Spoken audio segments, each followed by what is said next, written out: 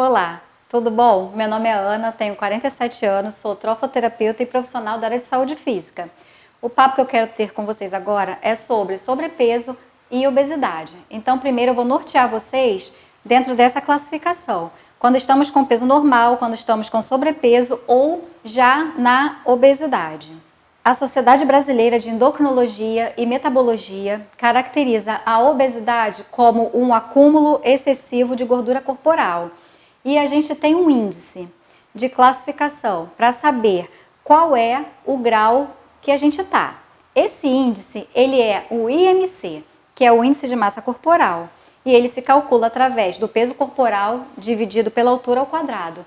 E pode ser classificado assim: peso normal, sobrepeso, obesidade grau 1, 2 e 3 ou obesidade mórbida, tá? Então, diante desse cálculo, é que a gente vai saber onde a gente está para poder começar a entender o nosso hoje. Então, vamos lá. Eu vou orientar vocês a dar um pulo lá no Google, porque lá tem como você calcular gratuitamente o nível que você está, o grau que você está. Então, dá um pause, vai lá e calcula o seu. Agora que você já sabe a sua classificação, nós vamos começar a entender o nosso hoje.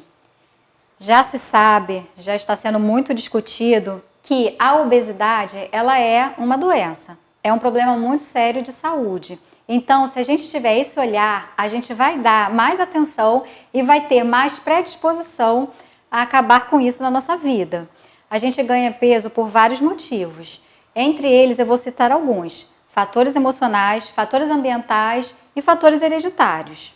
Vou falar primeiro para vocês sobre os aspectos psicológicos, emocionais. Quem sofre com sobrepeso ou obesidade sabe que, muitas vezes, os danos psicológicos são piores que os danos físicos. O peso excessivo está ligado a questões profundas, que vai muito além do desconforto físico, mas tem muita profundidade dentro do aspecto emocional. Existem alguns itens que podem te levar a engordar. Um muito conhecido nos dias de hoje é a ansiedade. Depois, a depressão. Depois, baixa autoestima e o estresse do dia a dia.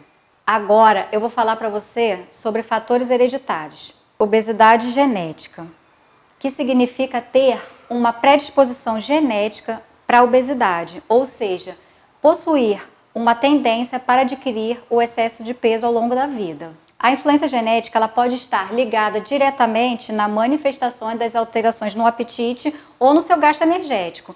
A tendência é que você gaste energia mais lentamente ou mais rapidamente. Se você tem pai ou mãe, ou até mesmo os dois, com obesidade, certamente você vai ter predisposição a ser obeso também. Mas um fator que leva à obesidade é o fator ambiental.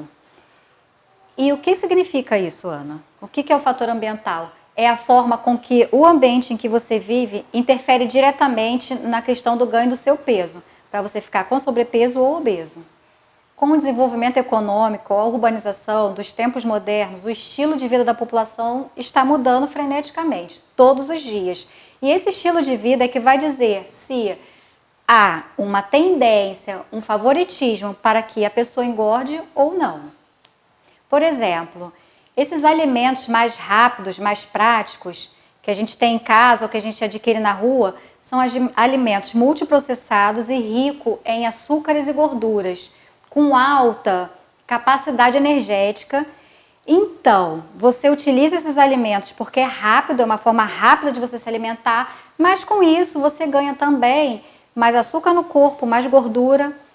A diminuição da prática de atividade física também é um dos fatores que faz com que o ambiente em que a gente vive favoreça ao ganho de peso.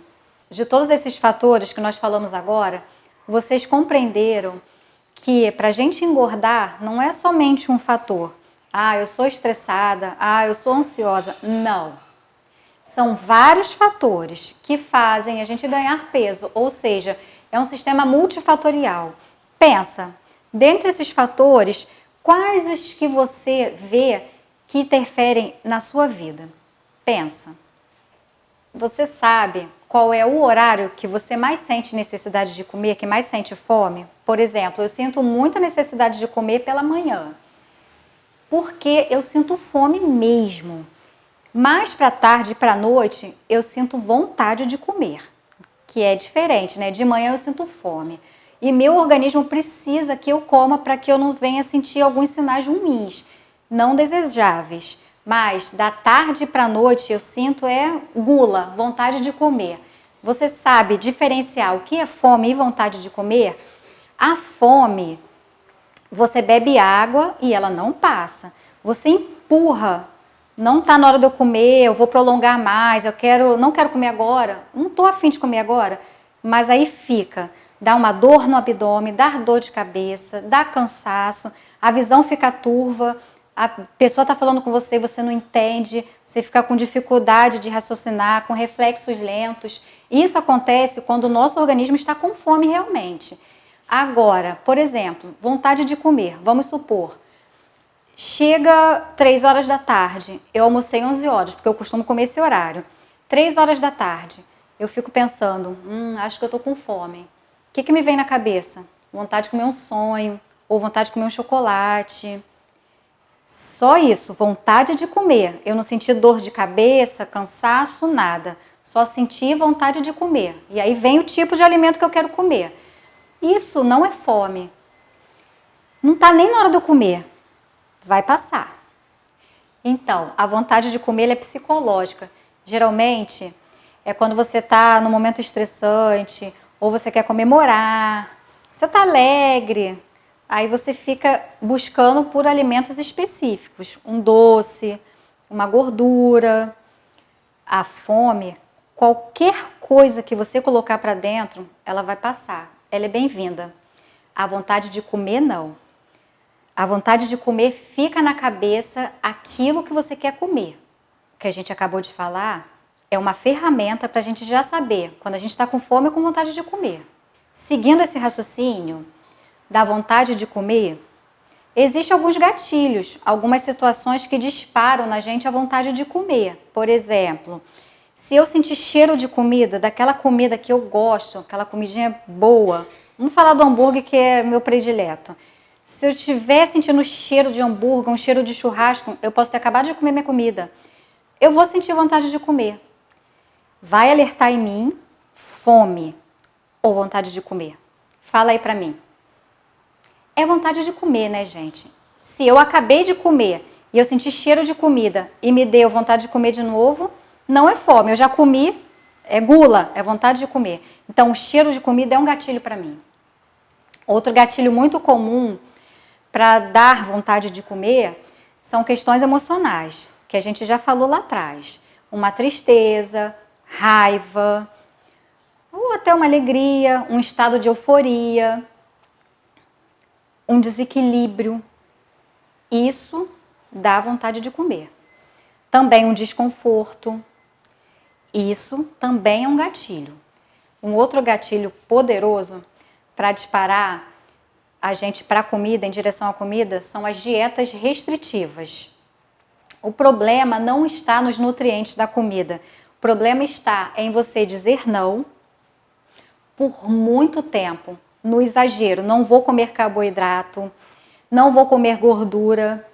E aí, depois que você já está no estágio avançado da dieta restritiva, já com exagero já, aí você dá uma carta branca para você.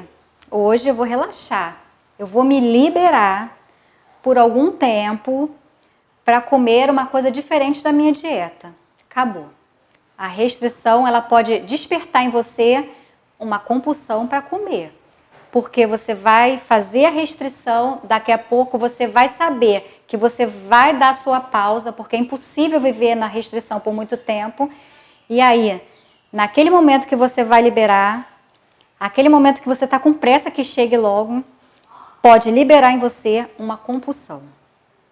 Outra forma de gatilho que possa disparar você na direção da geladeira é o excesso de ingestão de açúcar.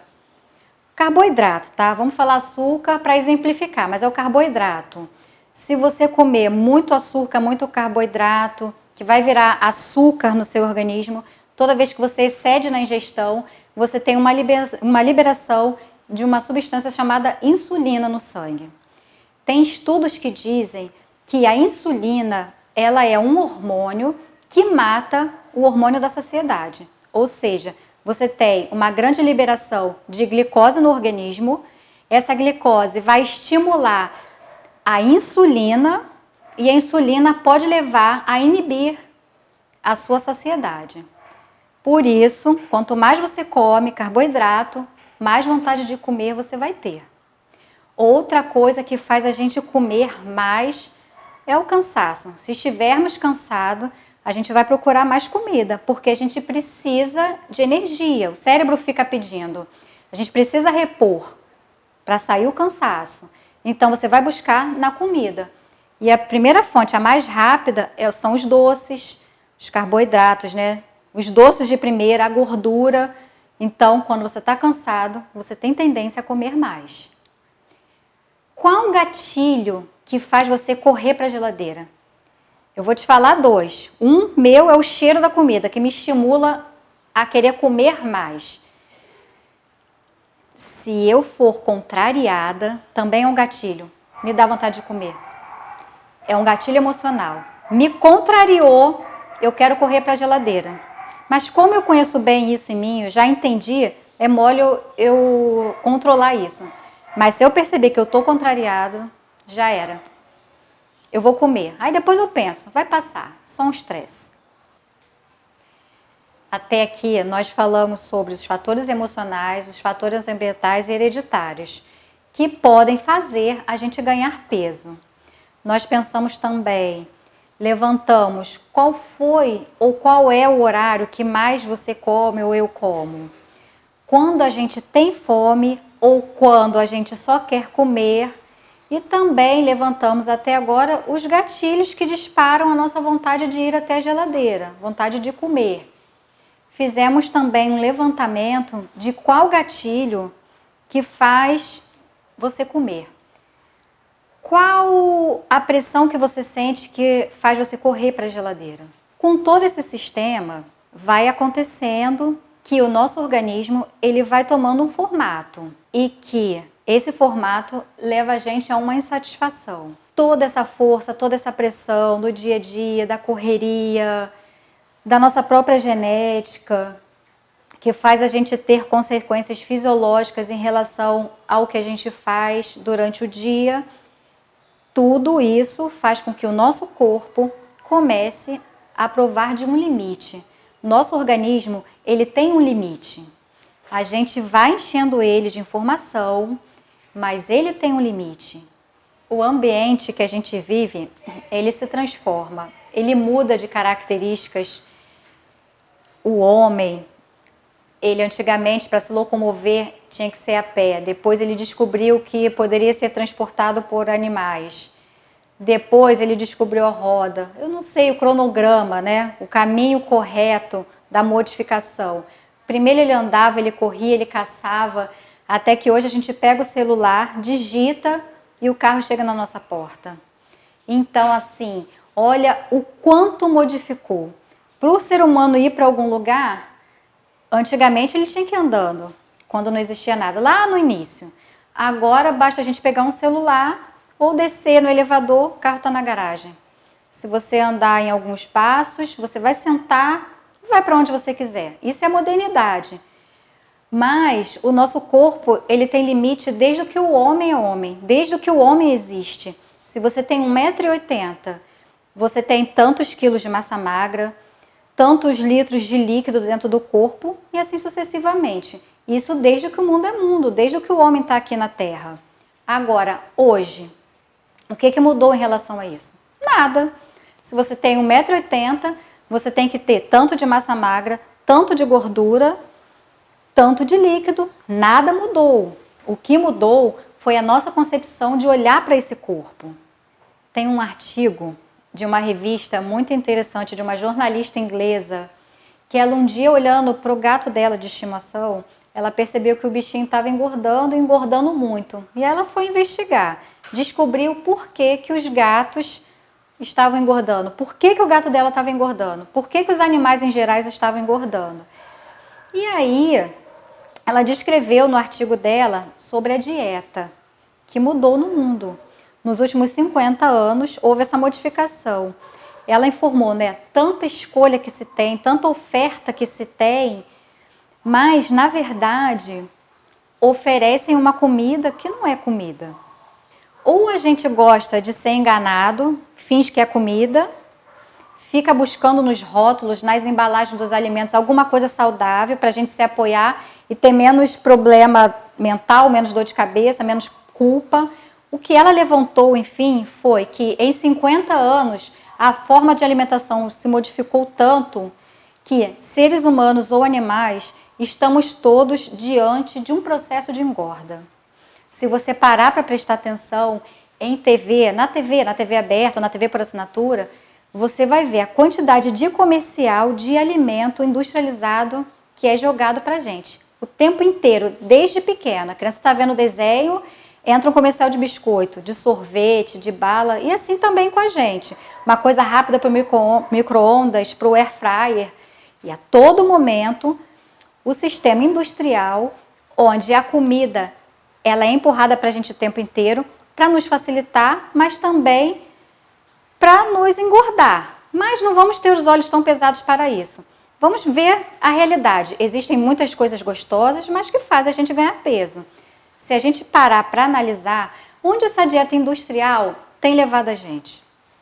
Para obesidade, para problemas de saúde, para diabetes. Só daí a gente já percebe o problema que a gente está enfrentando. Não basta só perder peso. Tem que vigiar o que está ao nosso redor e como a gente lida com isso para que tudo dê certo dentro do nosso programa de emagrecimento. Qualquer programa de emagrecimento, ele informa, ele ensina que tem que analisar tudo que nos envolve. Como a gente pode lidar com a dieta industrial? Como ter o controle sobre isso?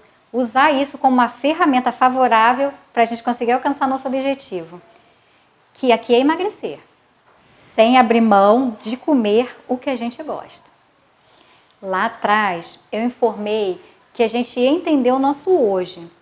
Então, agora a gente falou da dieta industrial, que é a que a gente está exposta, submetida a todo tempo, o mundo todo. E quanto mais o país é desenvolvido, mais a dieta industrial ela avança dentro das casas das pessoas. Então, hoje, como a gente está? Hoje, a gente está com o nosso organismo cheio. Quando a gente olha no espelho e vê a nossa forma arredondada, que a gente vê gordura localizada ou o abdômen com a circunferência fora do padrão, isso é porque a gente vem passando do nosso limite. Lembra que eu informei que o nosso corpo tem um limite? Com essa dieta industrializada, a gente passa do limite. Como a gente faz, então, para retirar isso da gente? Para reverter esse quadro? Como? Simples. A gente precisa entender os nossos limites. A gente tem limite em relação ao corpo para tudo. O nosso corpo é como se fosse uma máquina. Se fosse um carro, é como se você pegasse o seu carro. Você sabe quantas pessoas cabem dentro. Vamos supor que seu carro caiba 5 pessoas dentro, 2 na frente e 3 atrás. Se você botar 3 na frente e 5 atrás, vai dar problema. O guarda vai te parar em primeiro lugar, vai te multar. Você já vai ter seu primeiro problema. Segundo, vai dar problema nos amortecedores. Porque o carro foi preparado para ter 5 pessoas. Você já botou 3 a mais. Os amortecedores vão ficar prejudicados. Ele vai ficar rebaixado por excesso de peso. Vai ter problema na parte mecânica do carro. Trazendo isso para o nosso corpo, para o corpo humano, quando a gente sabe que a gente está com o amortecedor ruim, um exemplo fictício, quando a gente sabe que o nosso amortecedor está ruim? Quando a gente vai ver o nosso MC. Lembra do MC? A gente está com gente a mais dentro da gente. A gente está com coisa a mais dentro da gente. A gente está no limite ultrapassado. O que isso faz a longo prazo? Obesidade, né? E essa obesidade vai gerando outros problemas. E tem mais uma coisa. Cada dia mais a gente está empurrando a situação e a gente fica sem tempo hábil para esvaziar o nosso corpo. Ou seja, mas tem mecanismo para você encher o corpo, usar coisas industrializadas numa medida boa, sem fazer com que o nosso carro fique cheio. Se o objetivo é você emagrecer sem perder o prazer de comer o que você gosta, você tem que ter conhecimento de como usar a ferramenta correta para alcançar o seu sonho. E é isso que eu vou ensinar para você, é isso que eu vou passar para você. Como você vai utilizar toda essa dieta industrializada ao seu favor. Você tem noção do que você tem ingerido todos os dias e várias vezes por dia?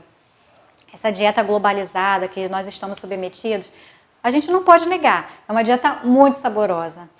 Muitos cremes gordurosos, muita manteiga, muito óleo, muito mousse, muito alimento crocante. É um festival de sabor. E as comidas também são bonitas, então é um festival para a boca e para os olhos. Agora, o que isso tem feito para que você não alcance o seu sonho?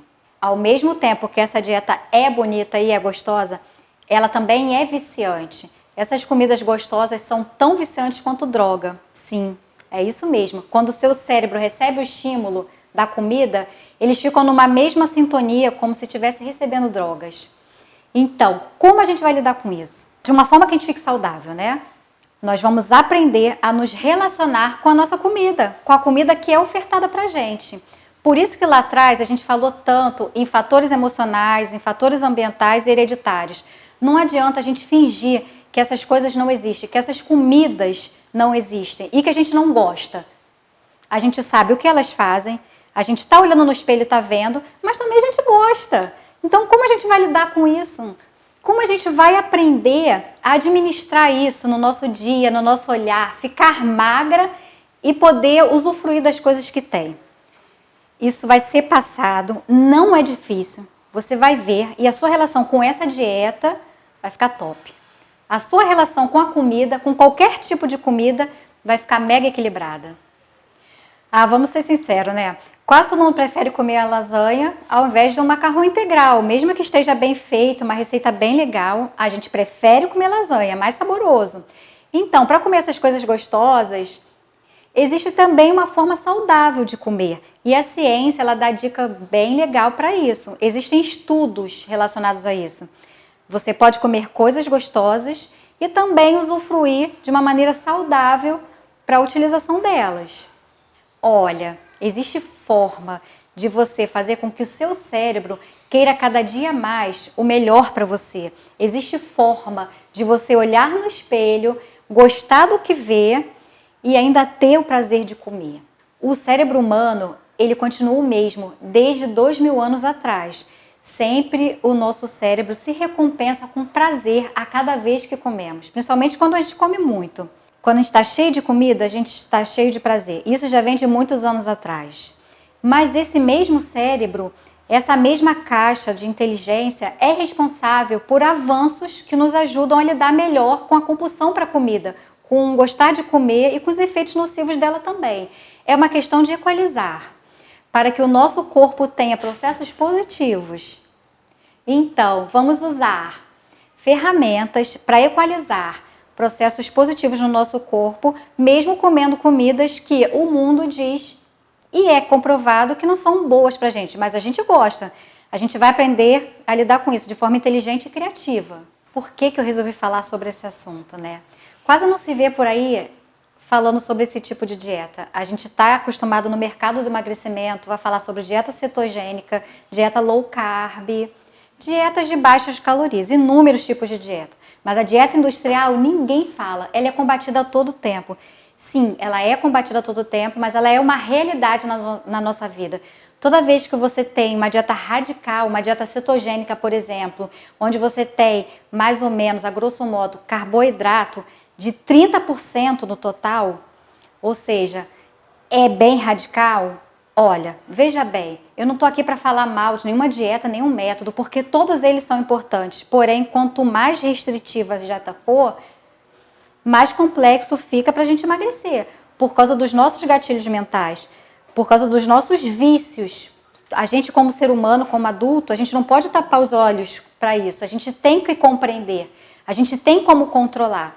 Eles estão aqui. A obesidade é um problema, e é um problema de saúde que, a grosso modo, não tem cura. A gente vai controlar isso para o resto da vida. Eu, por exemplo, Comecei a ter problema com obesidade de 7 anos de idade e até hoje, se eu não me mantiver no método magra e realista, que eu vou passar para vocês, eu vou engordar.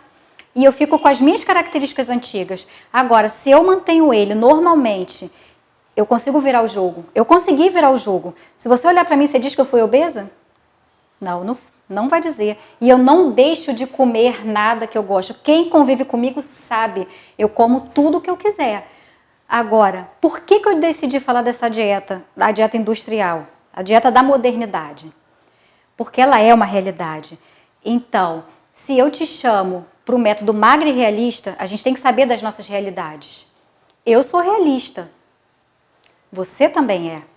Quantas vezes você quebrou a sua rotina de dieta porque você não conseguiu resistir a uma porção de batata frita? Eu vou te ensinar a comer essa batata frita sem você perder saúde e sem você perder o seu sonho, que é ficar magra, entendeu? Vamos trabalhar sempre com a realidade. Você vai emagrecer comendo o que você gosta. E o melhor de tudo, vai chegar num grau tão bom que o seu prazer vai gerar saúde, autoestima alta, autoconfiança, ou seja, vai dar tudo certo para você, assim como deu para mim, tá? Eu vou ficando por aqui, até a próxima.